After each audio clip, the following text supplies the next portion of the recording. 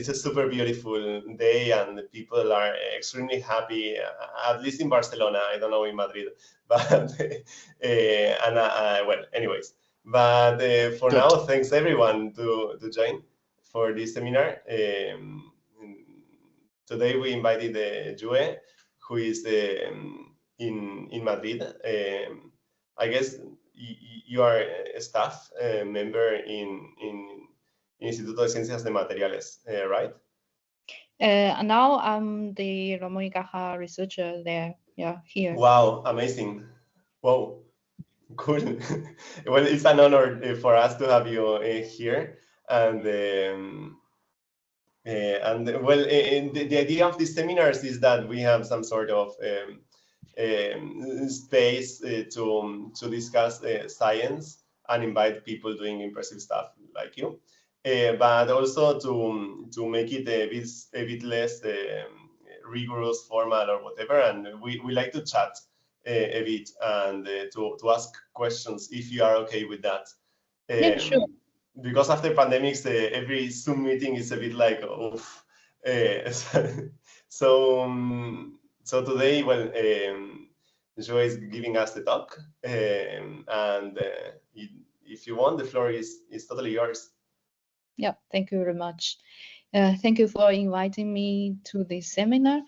I'm very pleased to introduce our recent work about quantum machine learning and some work on digital simulation of many-body systems. So my name is Yue. I'm now working in the Institute of Material Science of Madrid. So here I'm actually doing the topics in quantum technologies, including quantum machine learning, simulation, and I'm doing something also in quantum control and sensing. So I give you this chart. These three blocks, actually, they are complementary.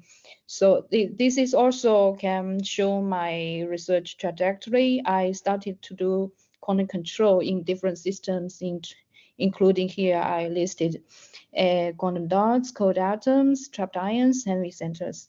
And recent years, I'm doing more in quantum machine learning algorithms. Today, I'm going to show you our recent work on quantum machine learning. The first one is we call these neuron quantum kernels. So this theoretical work was accepted last week by Physical Review Research, and we applied this methodology in the real world data to classify the image, satellite image with PV panel, without PV panel. And the second work I'm going to show you is the quantum active learning. So we combine the active learning into the quantum circuits. And I would say this is the first work that introduced active learning in gate-based quantum circuits. And this work was also accepted last week by Physical Review A. And this is the first part. The second part, I would like to show you our work on digitized counterdiabatic driving. And this kind of things actually was motivated by the quantum control, what I did before. We combine this method into the digital quantum simulation, and we do this exploration ground state of the Fermi-Hubbard model on honeycomb lattice. And we do this, combine it with QAOA to do the quantum optimization for beam packing problem. If I have time, then I will also mention we use this digitized counterdiabatic driving to optimize edge state transfer in a topological SSH chain. So let me first go to the quantum machine learning. So quantum kernel, we know that this is a paradigm to embed classical or quantum data into the quantum states, and we look for the linear separation in Hilbert space. So people Many people think that quantum kernels are promising to achieve quantum advantage because it can provide access to the exponentially large Hilbert space. Our motivation to develop a quantum kernel is because if you look at this computational complexity of the kernel matrix, you can find that this complexity increase quadratically with the size of the samples. So before our work, if we look at this plot here, so people usually do the quantum embedding by using an ansatz and then construct the kernel matrix. So this means every time you need to compute the kernel matrix at each training iteration. But concerning that your sample size is very large, then this training has the problem. It's hard to train it, like multiple kernel learning or kernel alignment. People usually, adapt the kernel matrix to the ideal one. So for us, we would like to train our quantum kernel by using data rate uploading quantum neural network. So this means here, so this quantum kernel is learned implicitly via a data rate uploading quantum neural network. And once this neural network is trained, the kernel matrix is fixed, and we can reuse this kernel without any retraining and or recomputation. So this is the motivation here. And also our work is also inspired by the representer theorem, this theorem. This is because this theorem tells us the implicit model, like the kernel model, quantum kernel, can get equal or less training loss than the explicit quantum machine learning model, like the quantum neural network. So based on these 2 points, that we put forward the new model we call neuron quantum kernel. So this actually here. Do you mind if I ask something? Yeah, sure, please. From the previous slide, I'm sorry, this is something I really don't know, and I know it's very basic, but when you say you have this ansatz and then you compute the kernel matrix, you mean that you actually would like an ansatz that gives you the overlaps? Like I know there is I don't know the swap method or something else to compute the overlaps, yes, and yes, I guess this is the entries, no? And you would like something a bit more automatic or. Yes, I will show you later in maybe in 2 slides. You will see how I construct this kernel matrix. Okay. Okay. I'm sorry. Thank you. Don't worry. Yeah, just stop me at any time. So this neuron quantum kernel. Here I show you we propose 2 concepts differently. They are the neural embedding quantum kernel and the neuron projected quantum kernel. So we have the neural network firstly, and we do the quantum embedding, and we extract some elements there, and based on different kernel functions, and then we construct the kernel.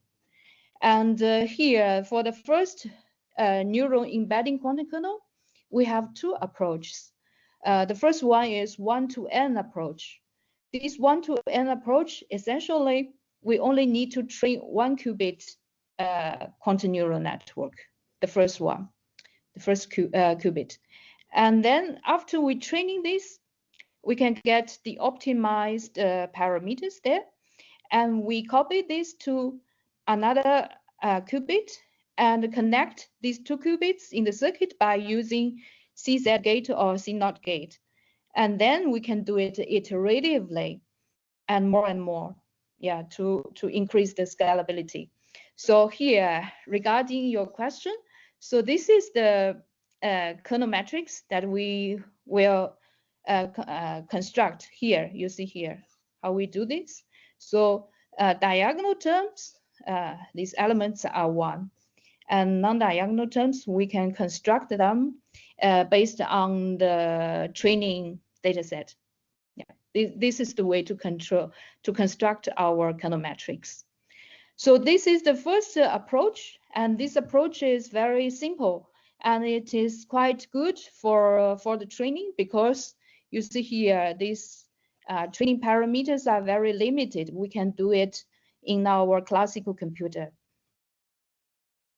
And second one is that also you can train starting from this one single qubit training, one single qubit quantum neural network training, and you get the optimized parameters there, and we add another qubit there, and we set the initial parameters as 0 in both single qubit and 2 qubit gates. And then we can do it iteratively. And finally, we get our n qubit quantum neural network.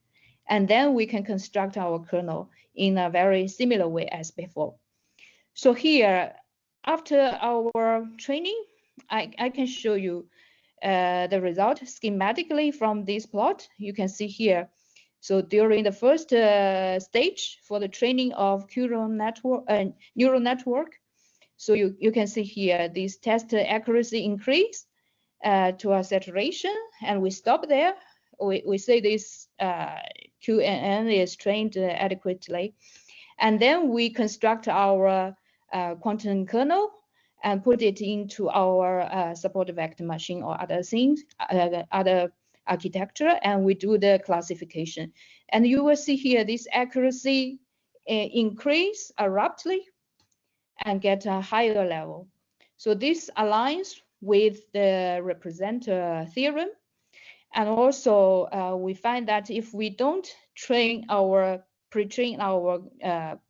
quantum neural network enough, maybe just stop here, like at the step at around 40, we can also get a similar very high test accuracy here. And also we checked our trainability of our quantum neural network. And we see that the mean and the standard deviation of the mean purity of reduced density matrix for the first qubit.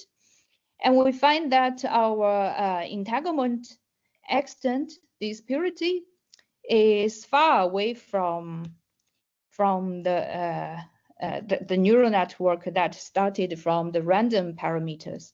So this means that our iterative training way can really get entanglement in a structured and controlled manner. So we can avoid, actually, we didn't see any problem like a barren plateau with our method. And this is the end-to-end approach. So combining the previous one-to-n approach and here, this end-to-end approach, we can generalize our method to a larger scalability. So you can do it from end to end and put it into one to n. Then you can go to a much higher, bigger scalability. So this is the embedding quantum kernel. So we train this.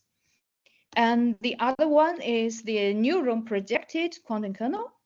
So I listed this kernel function, which this concept of projected quantum kernel was put forward from Nature Communication, this paper.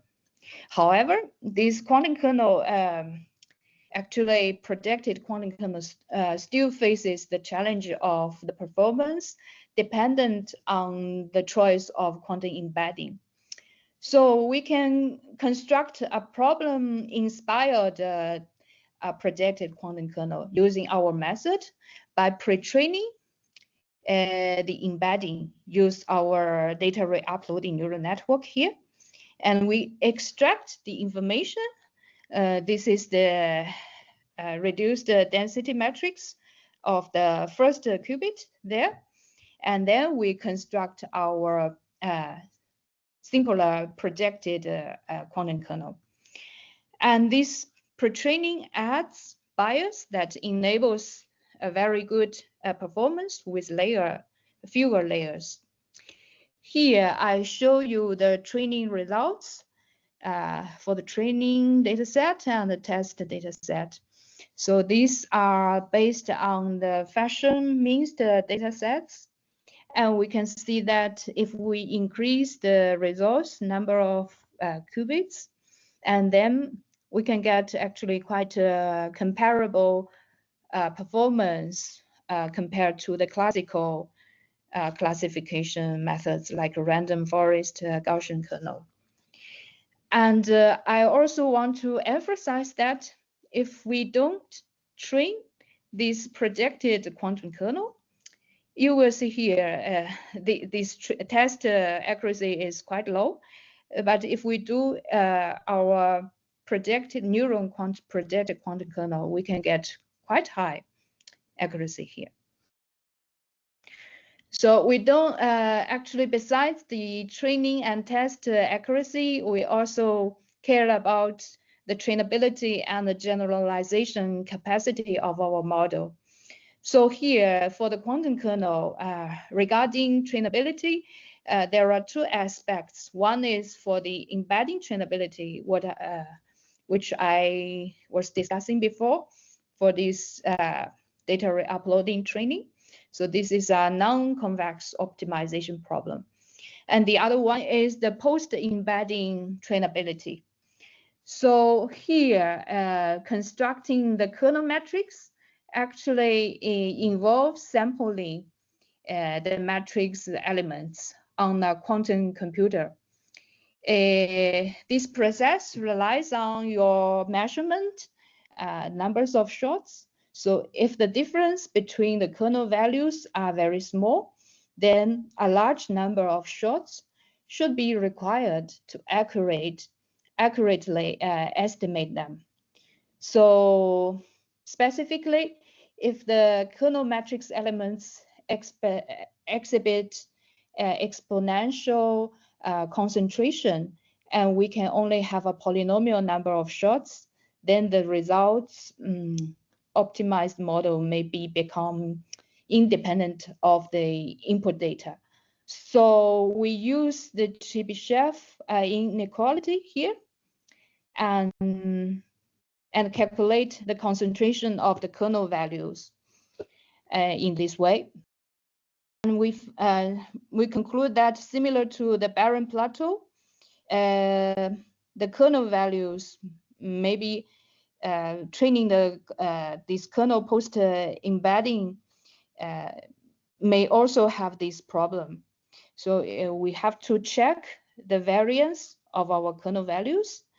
Unfortunately, here we see that both neuron embedding quantum kernel and random embedding quantum kernel, they don't have this exponential decay.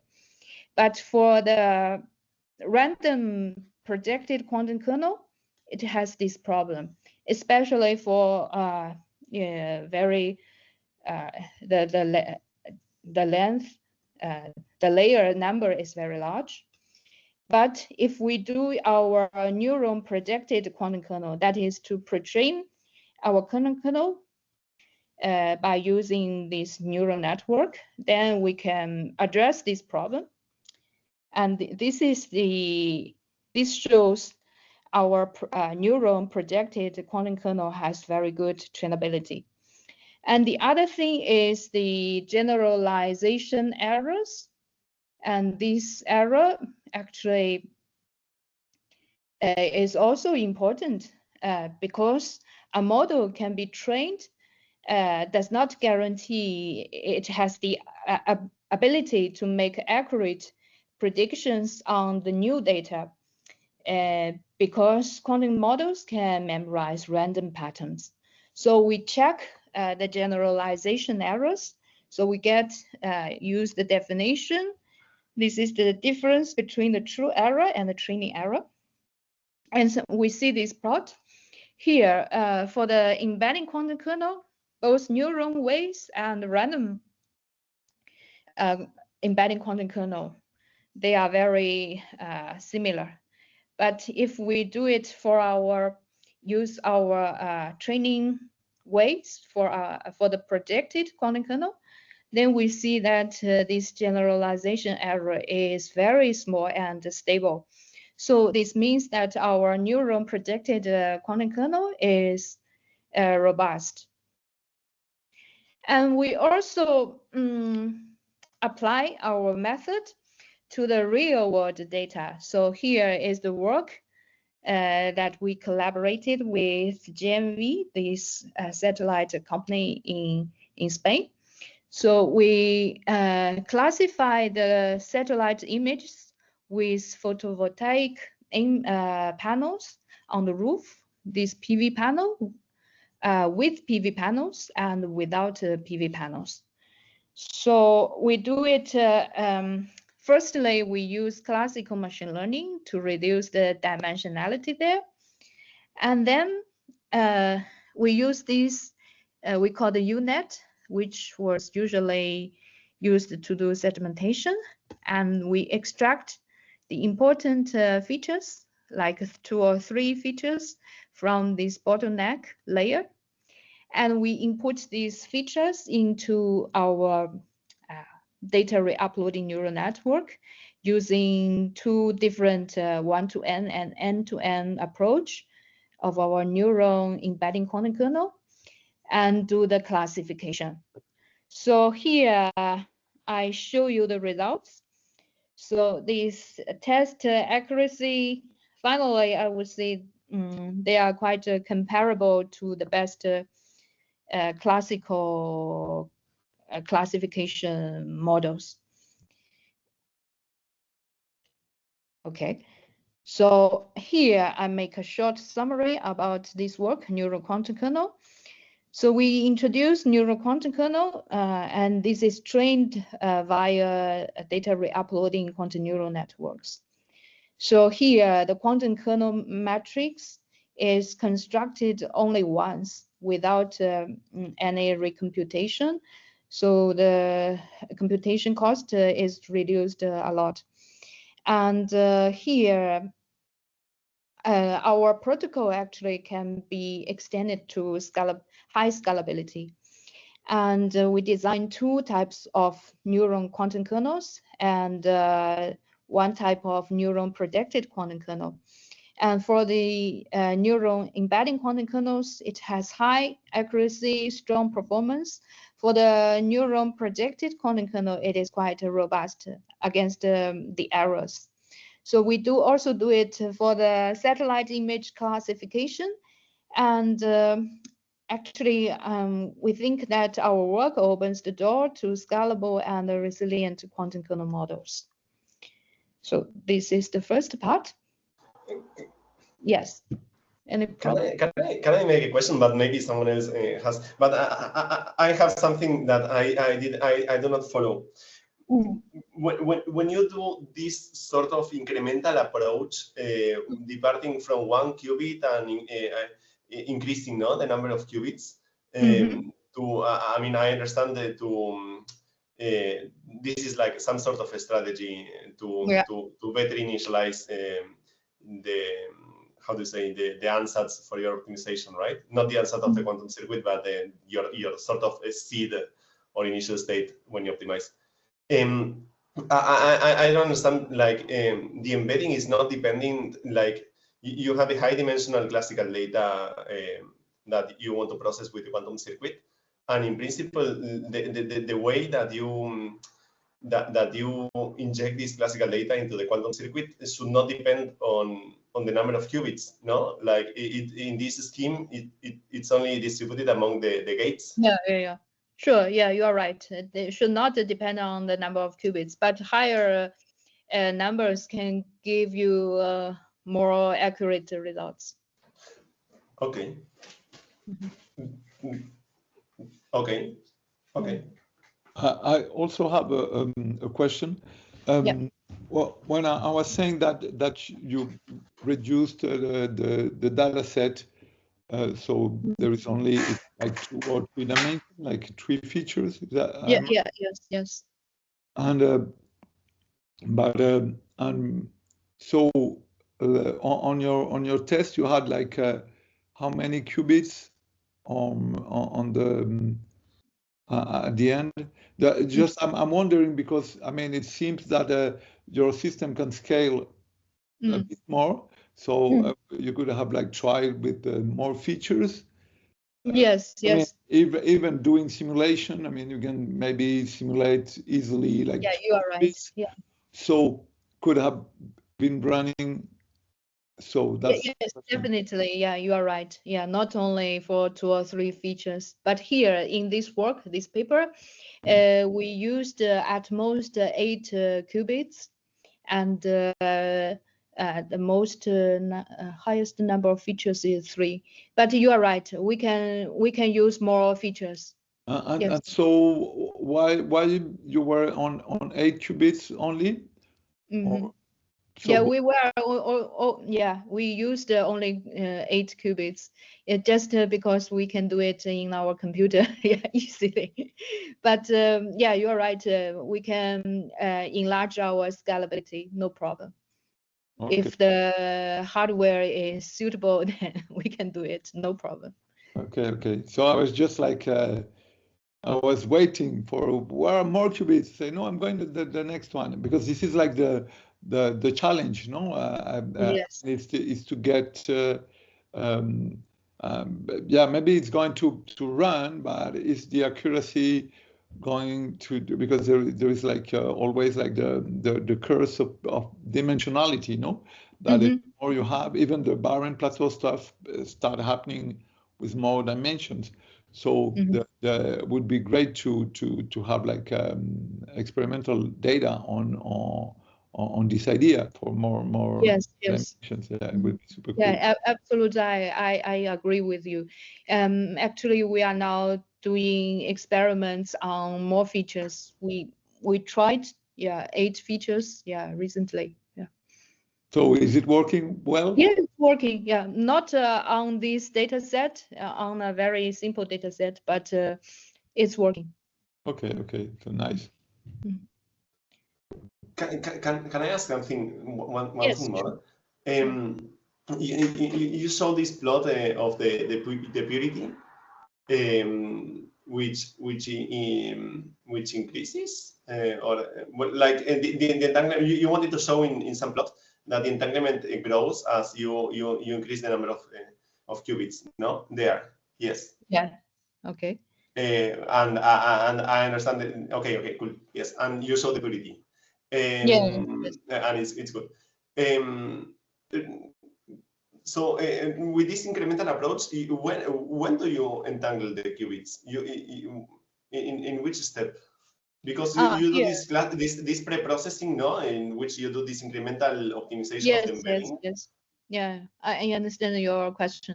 Yeah, we first train 1 qubit neural network, and then starting from this step 1, oh sorry, and to the step 2, we add another qubit there, and these initial parameters here, and the 2 qubit entangled gates, the parameters here are set initially 0, and then we train it, and then yeah, adding more qubits there. So here the entanglement is introduced from these 2 qubit gates here. But you initialize with the optimize of the single qubit circuit, no? Initialize the first qubit is from this optimized one from the Mm-hmm. previous step, but the new adding qubit is from 0. Yeah, Okay, yeah. okay, okay, and okay, cool. And do you think this structure is trainable in the sense that modifying these ansatz could lead to better results? Yes, yes. Here I show you this entanglement here. Mm-hmm. Purity, yeah, it's not very low. Yeah, it's still far away from Mm-hmm. 1 too, and it's also much higher than these random results. So I think this is quite controllable. Yeah. So we didn't see any barren plateau performance here. Yeah. Okay. Cool. Yeah. Thank you. Okay. So if no questions, I move to the next part. The next one, I would like to introduce our reason to work on quantum active learning. And this is because this active learning, for me, this is quite important because labeling the data is quite expensive for the supervised learning. So the goal is to learn from a few labeled samples, and from this we can do the our task.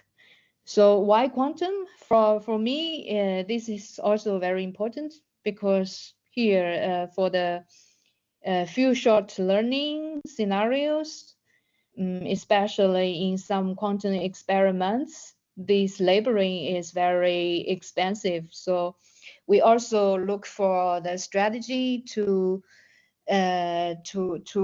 do something we call the quantum active learning.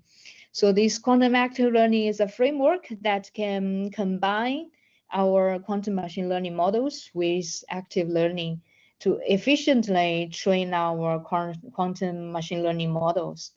Here we leverage the geometric priors, the symmetries there, and we find a way in some cases, I would say. But this strategy is still in very early stage. Yeah, we need to explore more. So here,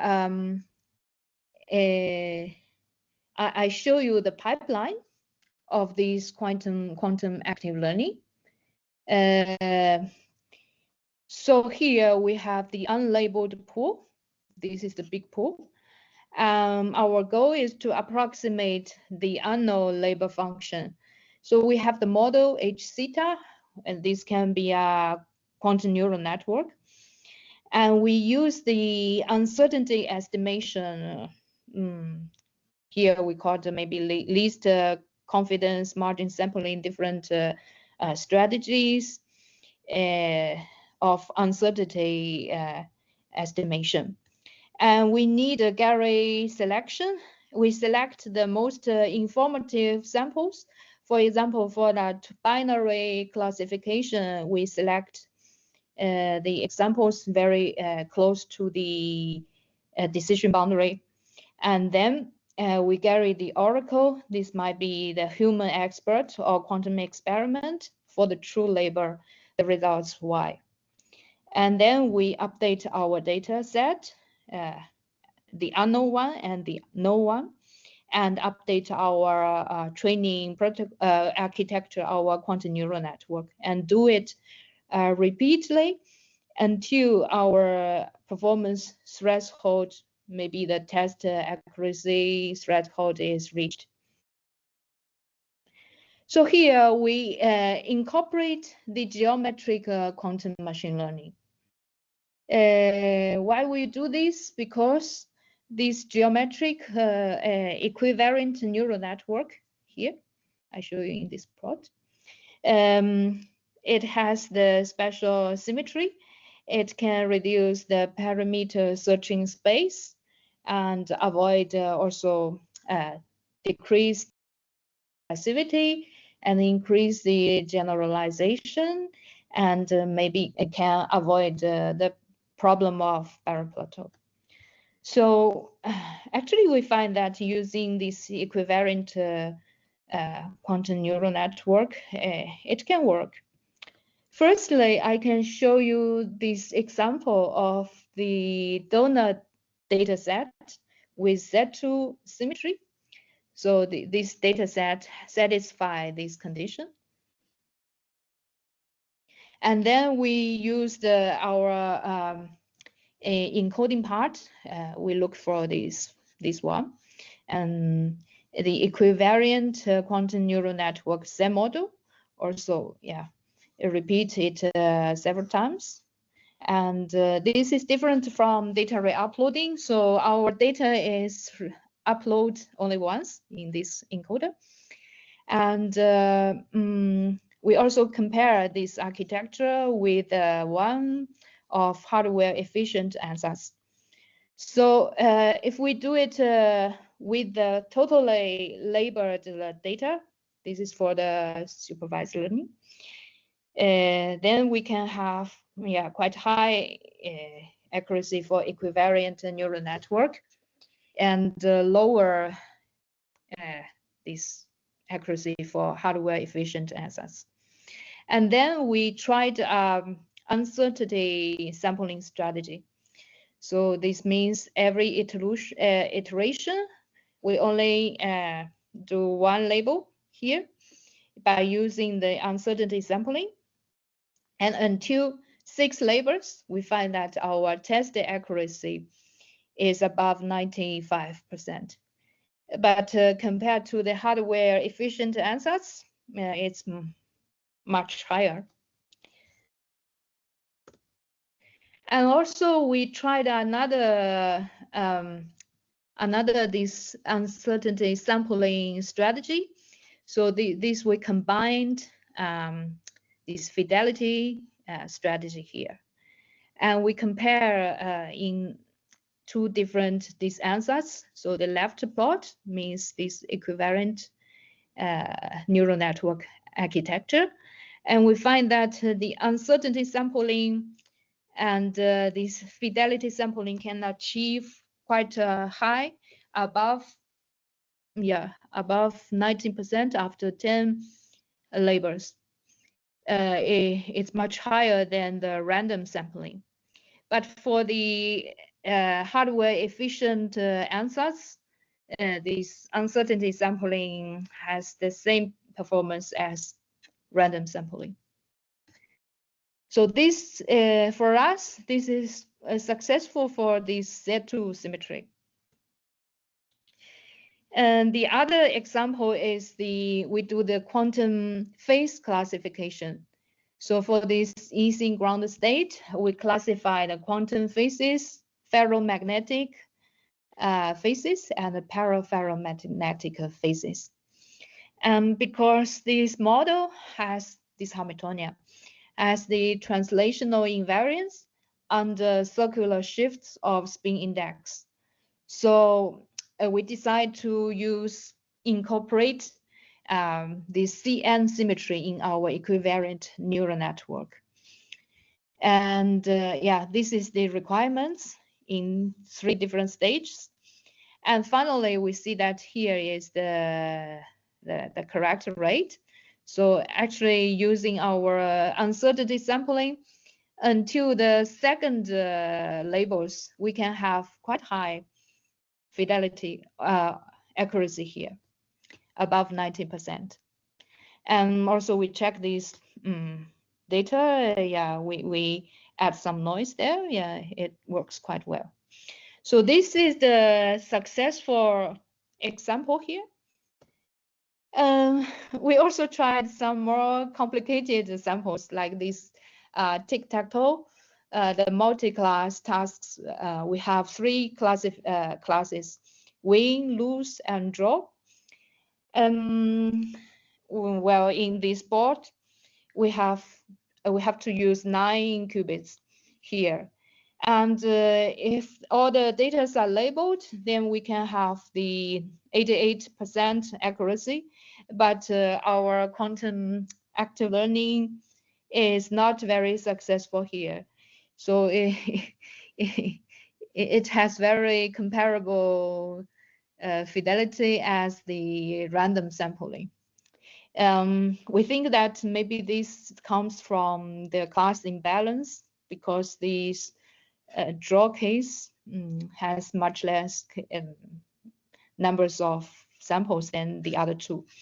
So this biased sampling case, if we use the previous uncertainty sampling, then it is not successful to represent the draw class. So this is our trial in a more complicated D4 symmetry. So in this case, I show you here this quantum active learning. Our aim is to achieve the efficient quantum machine learning with the minimum labeled data. And the key point is that we combine the uncertainty-based sampling in quantum neural network to guide the labeling. Here, I show you the success examples respecting Z2, and the other one is the quantum phase estimation. For the D4, more complicated imbalanced multi-class classification, this is not so successful. I hope here later we can develop more adaptive sampling strategies and integrate with different models like the previous one, quantum kernels, and also apply to the real quantum data especially for quantum experiments. Yeah, we cannot do a lot of shots there. Okay, so this is the part of quantum active learning. So if you have any questions. Wow, very interesting. So there is something from the bottom line I'm not totally getting. Because the way you present it, but maybe I'm already a bit tired and I don't understand very well. But the way you present it is like, okay, we need to optimize the labeling function, right? Out of interacting like sequentially with the database. But then you discussed at the level of quantum circuit architecture, right? Like showing these equivariant quantum networks and the geometric learning that works at the level of on how you design the quantum circuit to inject these symmetries of the data set and to consider that. And then, of course, it performs better because it takes into account these symmetries. This is what I understand. But how does this relate with the final goal, which is the labeling function, learning the labeling function? Yes, firstly, we consider using this equivariant quantum neural network because it can reduce your searching space, and then it can make your searching easier. This is the motivation to use that. And also here, in this very simple Z2 symmetry, then we find this uncertainty sampling can get quite good result. And also here for this Z2 symmetry, we also use the fidelity strategy. This is quite quantum, the strategy here, to find this active learning strategy. So later, actually here, this, yeah, you are right. We are still searching for these sampling strategies, optimized sampling strategies. For us, it's still on the way. Yeah, not so easy to do this. But for equivariant neural network, it can help us a lot to do this. Yeah. And that's well. We can discuss later if you want, because maybe it becomes a bit technical. But I have some idea that maybe can help. Maybe most probably good, not. yes. But and regarding the next slide with the uncertainty-based sampling methods, we in the past have worked with. Here if you follow a Bayesian approach for the quantum phase classification, for example, if you follow a Bayesian approach, there are like some machine learning machineries, like something called Thomson sampling, for instance, that I don't know if you have considered, but might play a role here in how much priority you allocate into Okay, each. I don't know this. Can you tell me which one? I don't know this. Which sample? Yeah. Well, later, well, I can write it here. Okay. Thank you. I haven't considered this. Yeah, I will check this. Yeah. Might be relevant. Maybe not, but most probably not. But maybe there is something. Okay. Thank you. Yeah. And then, well, okay. Sorry, maybe someone else has some question.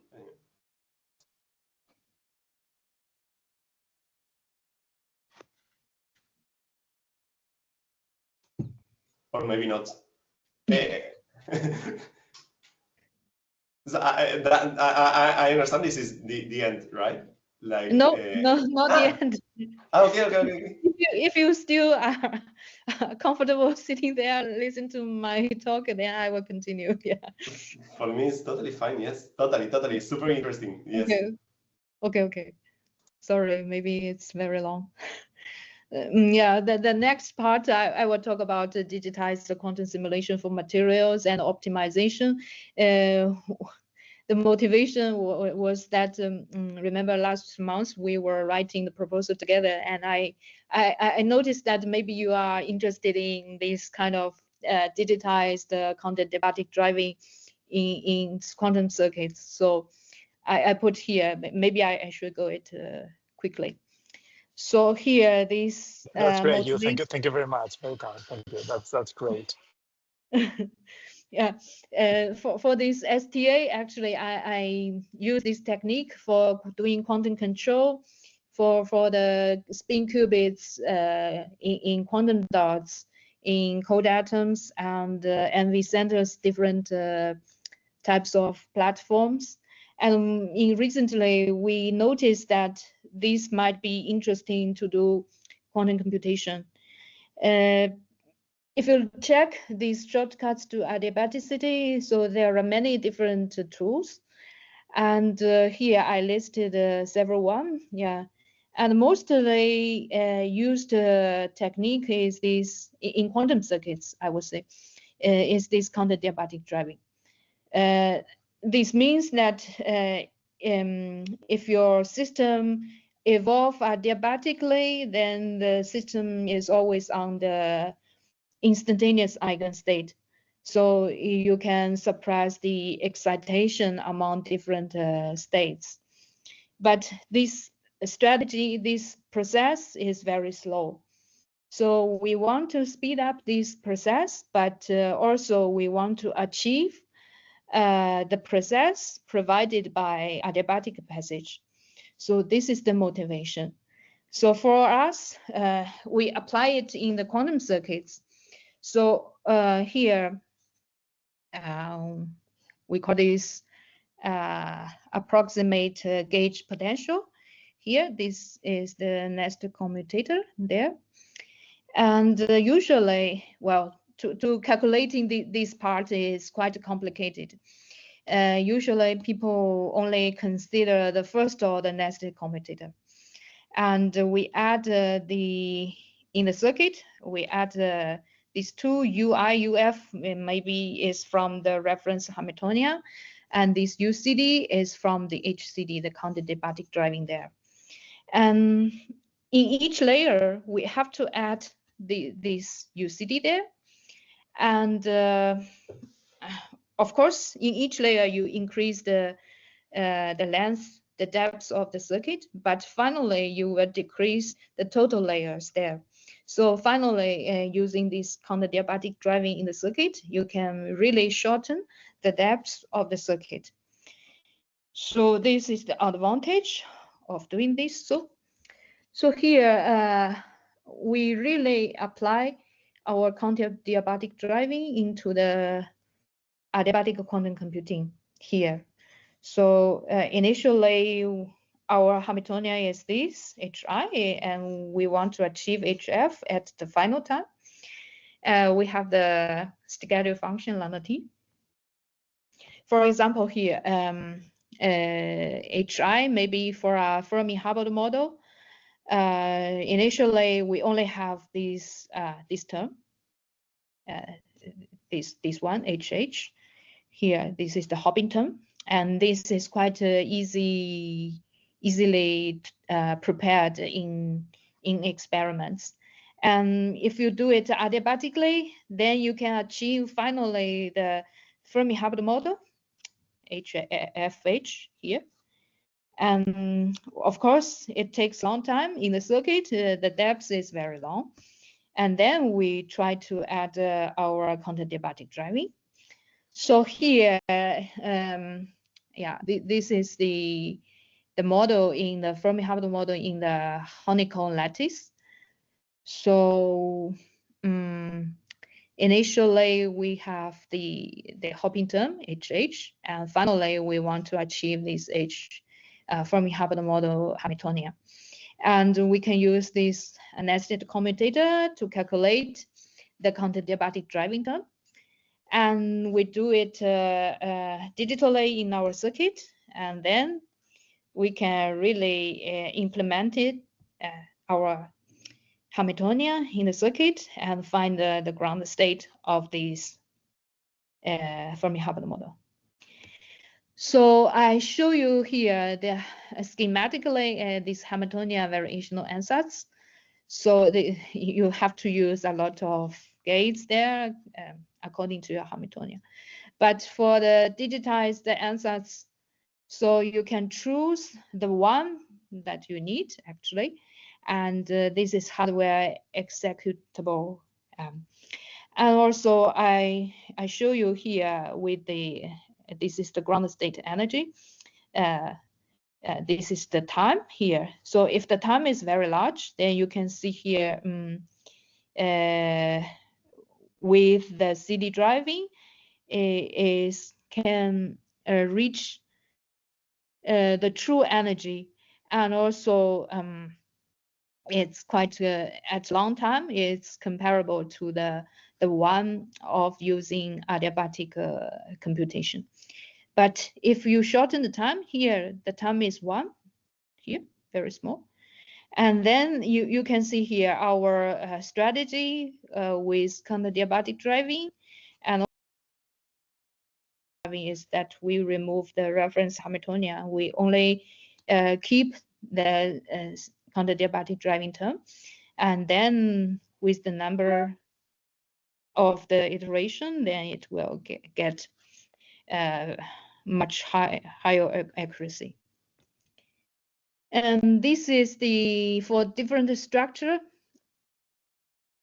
of our honeycomb lattice. Then we can see the red line is the CD inspired ansatz, and it can go to the quite a higher accuracy compared to the one without our CD term. Okay, this is for the ground state estimation approximation for the Fermi-Hubbard model. We also use our counterdiabatic driving for different problems. So here we have this bean packing problem. So the bean packing problem is to minimize the number of beans and ensure that all the items are packed in all the bins. And each bin has a fixed capacity C, and each I has a weight, this Wi. And our method consists of 3 steps. So the first one involves a parameterized quantum circuit. So the partial solution are obtained from the ground state of subset Hamiltonian. So this HC Hamiltonian. And then step 2 is to act like a filter. So to check if our bin satisfy this condition. So each bin has the maximum capacity C. And this is the second strategy.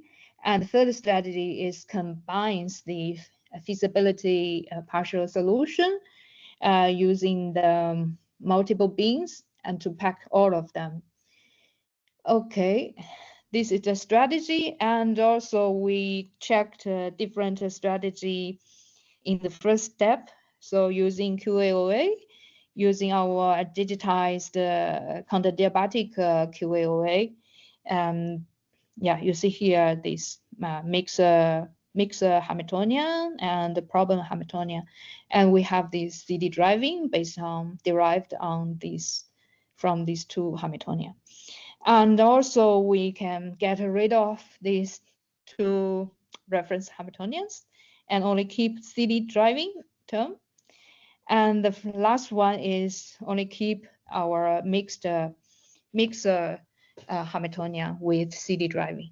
So we have these 4 strategies, and also we check the performance. So finally, we see that actually the CD only CD term, only CD answers, we call this CD inspired, has the requires the lowest number of resources, and CD mixer give you very, or DCQAOA give you quite a robust performance.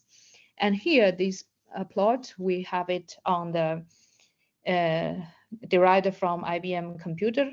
So we only have only one layer, P is 1. And we find that compared to QAOA, all the results from other strategies are optimized. Okay, this is the problem for content optimization. And the last one is the optimizing the edge state transfer in topological SSJ chain. So this means that we can also do this for the material simulation. Yeah, the idea is that for this chain edge state transfer there, we have the 0 energy state, and this eigenstate, we need to transfer it adiabatically, then it requires long time. So we use our strategy finding the CD driving term, this CD driving term. But analogically, it's very difficult to do that. Yeah, you see here, you have to do it iteratively. So we do it in our quantum circuit. It's like a circuit learning. So you have your cost function there, which is the fidelity that you want to achieve finally, and then you can derive it this CD driving term, this one alpha k, directly from your quantum circuit. So I will not talk about the details, but finally you will see here, this is the one that we derived from the circuit. And it's quite robust against disorder, different things. So we see that this is a quite good way, not only for the quantum circuits, but also it's a very good way to do quantum control in your quantum circuits. Okay, so this is the digital quantum simulation part for materials and for optimization with the counterdiabatic driving answers. So I show you 3 different examples for the Fermi-Hubbard model, for the beam packing problem, and edge state transfer in a topological material. So using this digitized counterdiabatic driving, you can accelerate the adiabatic process, and you can reduce required resources, especially you can reduce the number of gates. And this is, I would say, useful for many body system based material simulation. And also last time when we wrote the proposal, I also mentioned that I would like to do more on the error analysis for the Trotter error, adiabatic error, because you shorten the time, you reduce the circuit. Then we have to consider the different kinds of errors, and also here to use the CD driving term. Nowadays it's quite a heuristic. So for different kinds of models, these 3 different problems, what we did actually is quite a heuristic. So which term is important, which term is less important, this should be addressed in a very systematic way. Okay. So this is my talk. Sorry, a bit long. And this is our group and my collaborators. Thank you.